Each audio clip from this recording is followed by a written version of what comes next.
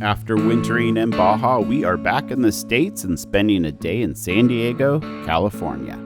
Coming up in this video, we are visiting an iconic food establishment that started a food revolution, admiring the beautiful cityscape, taking a stroll through the park, paying our respects, and we think Lucy likes Grandpa's house more than the van. The little Mexican dog experiences carpet for the first time and she likes it! These films are produced with your support, the Outliers YouTube community. Click join on our channel for early video releases, exclusive content, increased engagement, and so much more. Say bye-bye, Grandpa. Thanks for letting us stay. She sure does love you. Okay. See you next time. Bye, Dad. Bye, love you too. Thanks for everything.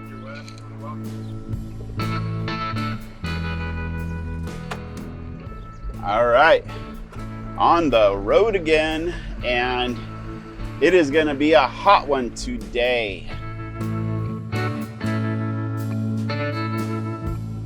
Something else to share with you is our timeline is a little off here in that we've been back in the United States for about a week and a half, 10 days-ish. For some reason, well, we were supposed to be in Mexico until around the 1st of May. That was our plan. And for some reason, one Sunday morning, about 11 days ago, Ben woke up and he's like, I'm ready to go home. I'm ready to go back to the States. I'm just done. Like, let's go. And, you know, we all kind of hit those walls sometimes where we're just ready to move on to the next adventure, and we really didn't know why, but we both kind of felt that way. So we came home, hung out at Ben's dad's for a day, and the next morning we got a phone call from his mom, and she had fallen in her garage and broken the humeral head of her right arm, so like basically her shoulder, and she needed some help. So she lives about an hour from Dad. We drove up there and have spent the last week helping her recover, get settled. You know, it's her dominant arm, so she needed some help. She's gonna need some help while she recovers. And we were able to go spend that time and help her out. And it just goes to show, again, and we say this over and over, but the universe really does put you right where you need to be, exactly when you need to be there, even if at the moment you don't know why. Well, the first stop on our trip through San Diego County area is going to be an iconic location. You've heard me mention them before, and I'm a little bit obsessive about it, but we're talking about the Carne Asada Burritos here in San Diego. And we're going to Roberto's Numero Uno, an iconic location where almost all of these Mexican 24/7 fast food joints started. And you will see them all over the area, like Humberto's, Aliberto's, Roberto's, Helenberto's. They're everywhere. It gets a bit ridiculous, but they all taste good. I am actually really excited because after all the years being here in San Diego, I've never gone to the place where it all started. The year was 1964. As the Beatles were leading the British invasion into American pop culture, Roberto and Dolores Robledo started a food revolution of their own.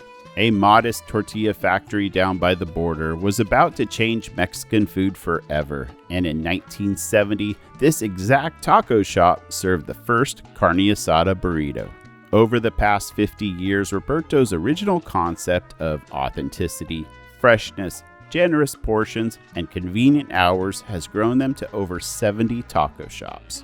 Simplicity is the key to letting flavors express themselves by wrapping carne asada, guacamole, and pico de gallo in a tortilla and complementing it with a taco sauce so good that you can drink it. Roberto's created something legendary. They also make amazing breakfast burritos, which is one of Rebecca's favorites. We are opting to chase this meal down with an agua de Jamaica, a sweet hibiscus tea with bold flavors that taste great. If mimicry is the greatest form of flattery, Roberto's truly started a revolution because there's thousands of Berto's taco shops across the Southwest, all copying what started right here in San Diego. Okay, well, it's 10 a.m. and the good thing is a meal like that will stick with you all day long. And that's a good thing because we're gonna be busy. Off to our next spot. It's time for a quick driving tour of San Diego, starting with the Silver Strand. This isthmus connects the communities of Imperial Beach and Coronado Island. It also helps to form San Diego Bay. The state beach here is a popular spot for camping and recreating. Reservations are required to camp in this parking lot though. San Diego also has a long history with the U.S. military, as there are over a dozen active bases in the area, including the Navy SEAL training facility here on Coronado Island. Coronado Island is an upscale community known for the historic Hotel del Coronado, a beautiful resort frequently visited by the rich and famous. For everyone else, Coronado is a nice place to go shopping and buy overpriced coffee. The Coronado Bridge connects the island with downtown San Diego. For decades, the military was against the bridge in fear of an earthquake or attack trapping the naval fleet. But finally, in 1960, a compromise was reached and the Coronado Bridge was opened in 1969.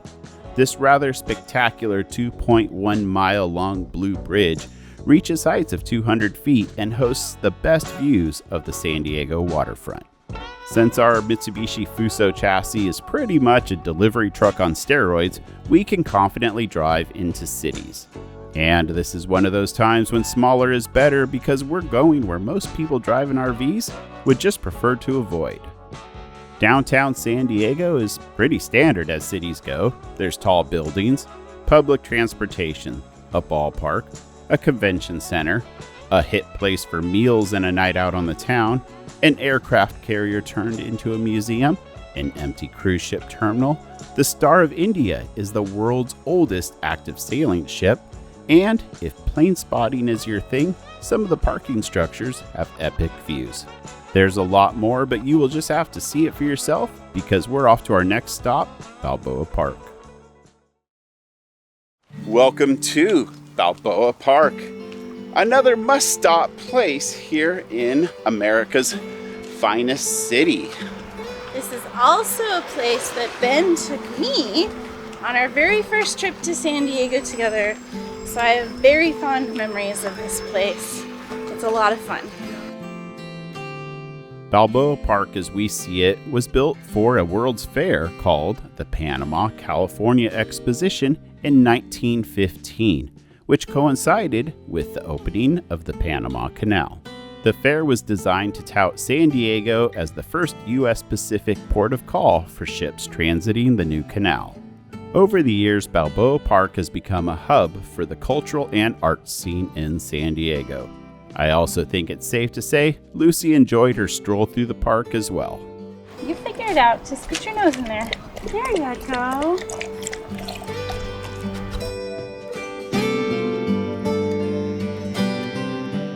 That is a wrap for a really quick stroll through Balboa Park. There are so many museums and cool things to do there. We didn't even scratch the surface. You're gonna have to come here for yourself. Highly recommend it. Not just because I have such great happy memories here, but it really is just such a fun place.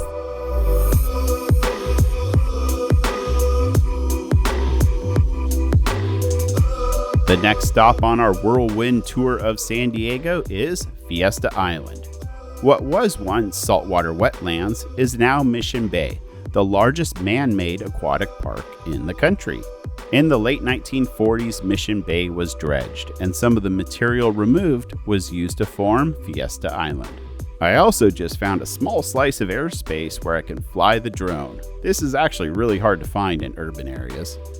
In present day, Fiesta Island is a wonderful place, simply stated, for having fun by the water. Every summer, the Over the Line Championship takes place on Fiesta Island, and it literally becomes Party Island. Over the Line is an uncivilized American game similar to cricket and softball, but it's played on a beach where alcohol runs like the tide, footwear is optional, and good times are had by all.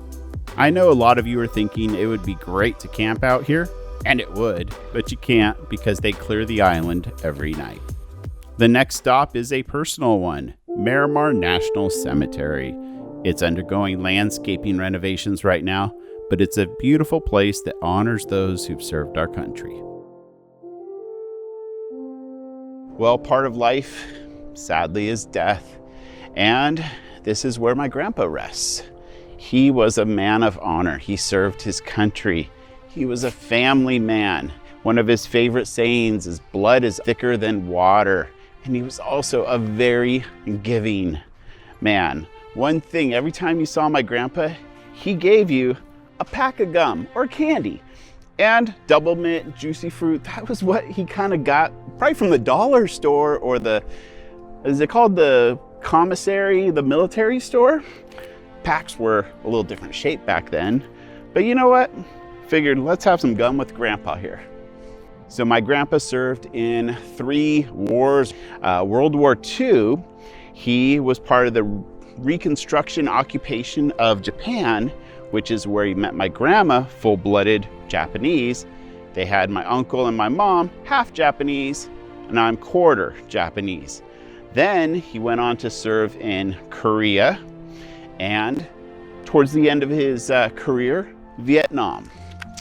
But yeah, just truly a man to look up to and a big role model in my life. And this is for you, Grandpa.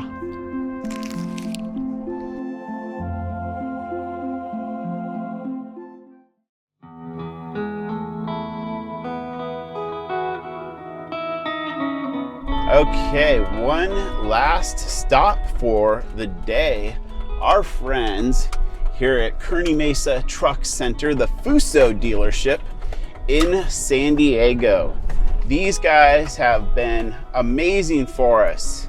They've done service on some repairs that we just don't have the tools flat out to do. And also, like, they sent parts up to practically the Arctic Circle of Alaska for us.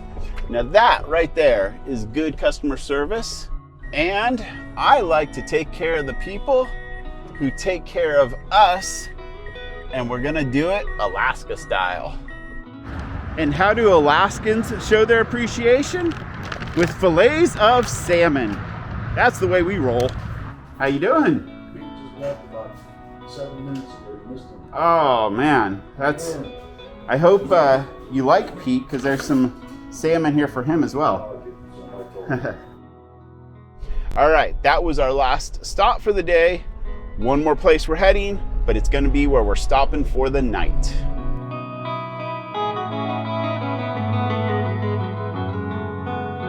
Final destination for the evening is approaching, and we are in Ramona. If you guys have followed us for any length of time, you have seen Russell and Christine, their 2 kids, Nikki and Wyatt, on our channel. They've visited us several times in Alaska. We always make a point to get together when we're down here in California, meet up at the dunes, stop by to visit them here, have dinner in San Diego. They're some of our best friends, and it has been a long time since we've seen them. Way before COVID, like before we went to Mexico last winter, since we've seen their family. So this is a really special evening, and we're really looking forward to being here.